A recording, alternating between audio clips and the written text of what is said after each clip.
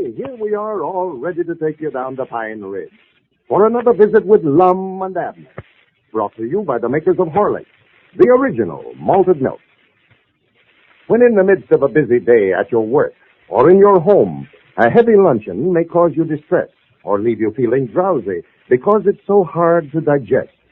That's why more and more people are turning to the Horlicks luncheon. A glass full of Horlicks is a refreshing and nourishing luncheon, energy-giving, sustaining, too. And you couldn't find a food more easily digestible. That's why Horlicks at noon keeps you alert, mentally and physically.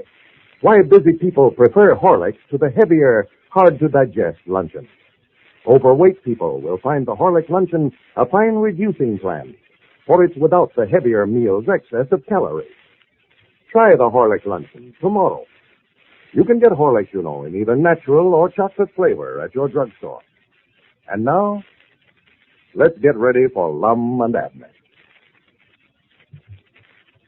Well, the Pine Ridge Matrimonial Bureau is proving even more successful than Lum and Abner had hoped for. The old fellows are receiving hundreds of applications, and their only worry now seems to be the suit that Squire Skimp has brought against them for $4,200, which is scheduled to come up next week. As we look in on Pine Ridge today, we find Lum and Abner over at Lum's house, which they are using as headquarters for their new enterprise. Lum seems to be very busy. Listen. Abner Peabody, do you take this woman to be your lawful wedded wife? Provide for her through sickness and health, and forsaking all others to love, honor, and obey her as long as you both shall live? I do. You will now join right hand, or left hand, just join hands. By the power invested in me as Justice of the Peace of Cloverleaf Township, I now pronounce you man and wife. And now, my young friends, as you go out into life to grasp the skirts of happy chance, may your stream of life unruffled run, and the roses bloom without a thorn. $5, please. Yes. I know that you're sure aiming on putting on all the trimmings on this wedding, ain't you now? Well, I feel sort of responsible for this wedding. I was the one that egged them into getting hitched. Yeah, I recollect when you called them up on the phone the other day and was telling them what a good match they'd made. Well, Ruth just never had nerve enough to ask her. They'd have been married long ago. Yeah, well, now, do you want to go through it again now, Lum? No, I believe I know it by heart now. I've got to start getting dressed up. They're supposed to be over here at 4 o'clock. Oh, yeah. Going to change clothes, huh? Well, I just slip on a neck collar and tie and put on my frock-tail coat. Yeah. I don't mind to put myself a little bother when I'm getting $5 this away. Well, I thought you told Ruth on the phone the other day she'd make him a special price of $2.50. Well, I did, but, like I told him this morning, that's just for the regular cut-and-dried ceremony.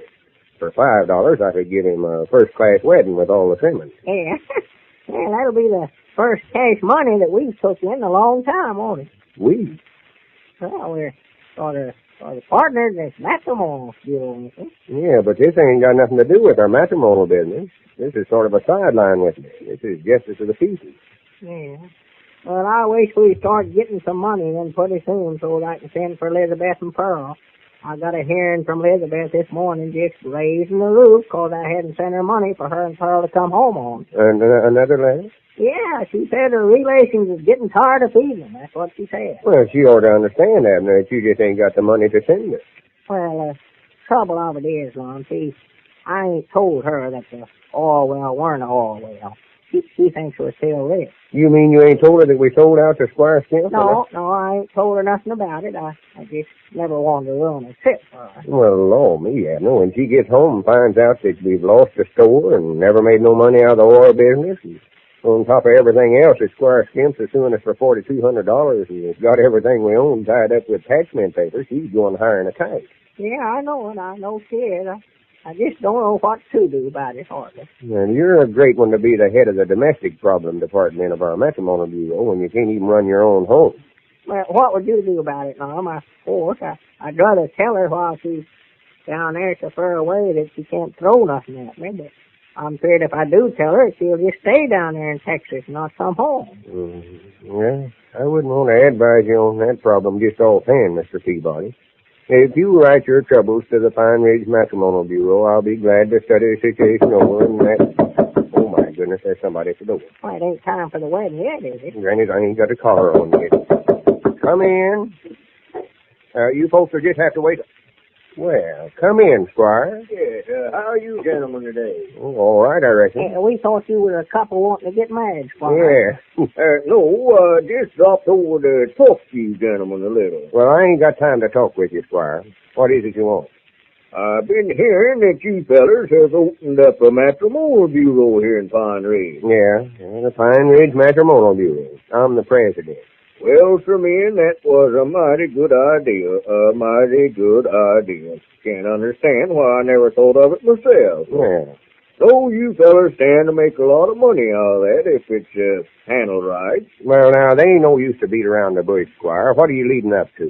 Well, just to come right out with it, Lum, I've been thinking right smart about this thing ever since I heard about you going into it. Now, just to be honest, you fellas have got something there.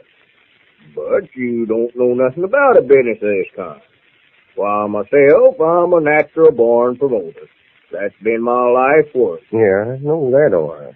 I was just thinking, sort of on account of us being such old friends, that I might come in as a third partner in this thing and sort of help you fellas out. Well, now, that'd be a fine howdy-do, wouldn't it? Us take you in as a third partner when you've got everything we own tied up with attachment papers and lawsuing us here for $4,200. Well, now, Lum, as far as the lawsuit goes, well, now, that can be handled. Yeah, what do you mean it can be handled? Yeah. Well, I was just thinking now, that suit is set to come up next week.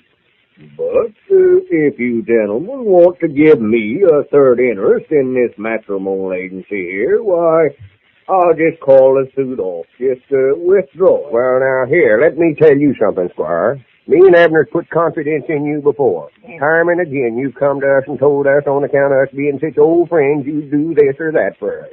Now, we've had all the dealings with you we ever want to have. Now, I wouldn't even swap nickels with you. Now, if you want to call the suit off, all right. But as far as being a third partner in this matrimonial bureau, I wouldn't be associated with you in no kind of business. Now, I don't like to be unhospitable to nobody, but the quicker you can get out of my house, the better it'll suit me. Well, all right, Lum, if that's the way you feel about it. But I'm warning you right now. Don't come around wanting any sympathy when I get that judgment for $4,200 to go to foreclosing on your property. Good day, gentlemen. Yeah. I believe you made a mistake there, Lum, talking to him that way. You mean you want him for a third partner? Well, no, Lum, but it looks like a pretty good way to get out of having that lawsuit. And if he does win it, well, it's going to be awful hard for us to leave our homes. Yeah. Especially me with Elizabeth and Pearl. Yeah, never thought about that. I might have sort of flew off in the handle of him. I just wished I knowed one thing. Yeah, what's that? Where that agreement is that he signed assuming all the obligations of the oil business. If we had that to produce in court, he wouldn't stand a chance in the world winning that case. Yeah, but if we ain't got it, Lum, there ain't a chance for him to lose, neither. Yeah, I've got to get dressed now before these folks get here. After the wedding, me and you can sit down and talk this thing all over here. And if we decide it's best to let him in with us on this matrimonial bureau, we can go over there and take him up on his proposition. Yeah, well, I believe it's the thing to do, Lum. As bad as I hate to have any more dealings with him, I believe it's best. Mm-hmm. I reckon I ought to take a wet rag and sort of sponge this collar off. Really need a new one. This saddle turning sort of yellow. Get my frock tail coat off in the wall there, Abner. Like they covered up with them newspapers. Yeah, I see it. And had that thing on since the day we sold oil well. No. Well, you were sure dressed up that day, I'll say that. Yeah. Get these papers off of here. That was a good deal I made that day, too. I do say so myself. Smartest thing I done was making Squire sign that agreement to where if anything happened to the oil well, he wouldn't have no comeback on us. Yeah, and if you hadn't lost it. Well, it weren't my fault, Abner. I pinned it right in my coat I pocket. know, Lum. I know. I ain't blaming you. No, not at all. Here, slip this on. I'll help you. Try it on for size, sort of. Much obliged. How do I look? All right. Why? Just wondered. I always feel sort of important when I get this out there. Yeah. Where's that wedding ceremony I wrote out? Yeah. Here it is, that's it. I think I better slip that in my inside coat pocket so if I do forget, I can sort of take it out and glance at it. Be a shame if you was to get them about half married and forget what else you was going to say. Yeah, I never will forget when I first started just as a piece. And there was a young couple come to me to get married, and Some tell you get married in heart. Abner, Granny, looky there. What is it? Sure, I recollect now. Why didn't I think of that? Yeah, I had this coat on the day I made the deal. The day I sold the oil business. Well, no wonder I couldn't find it. I was looking in the wrong coat. What are you talking about, The agreement that Squire Skimp signed. Here it is, right here. It's been in this pocket all the time, and I never once thought about having it. Well, with this important paper back in their possession, the old fellow should have no worries as to the outcome of the lawsuit.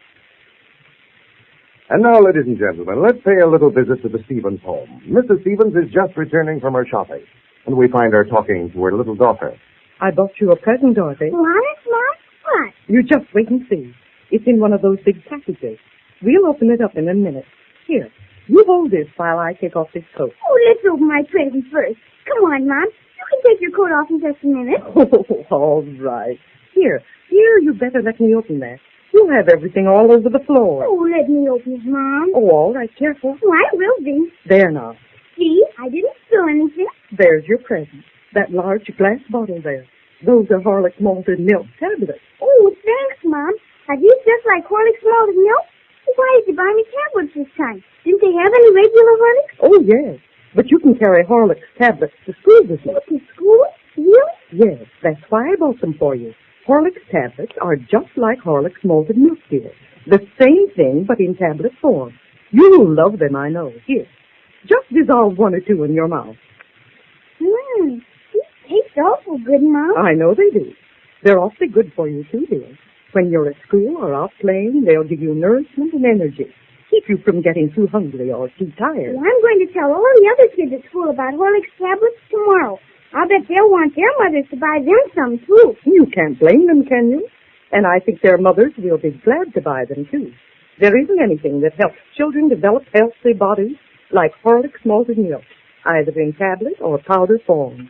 And there's a fine suggestion for all you mothers. Let your children carry a supply of those nourishing, energy-giving Horlicks malted milk tablets to school. You can get them, you know, in either natural or chocolate flavor. The small 10-cent size flask can be conveniently carried in a coat pocket, and the tablets come in larger bottles, too. This is Carlton Brickert, speaking for Lum and Abner and Horlicks, who now bid you all good night and good health.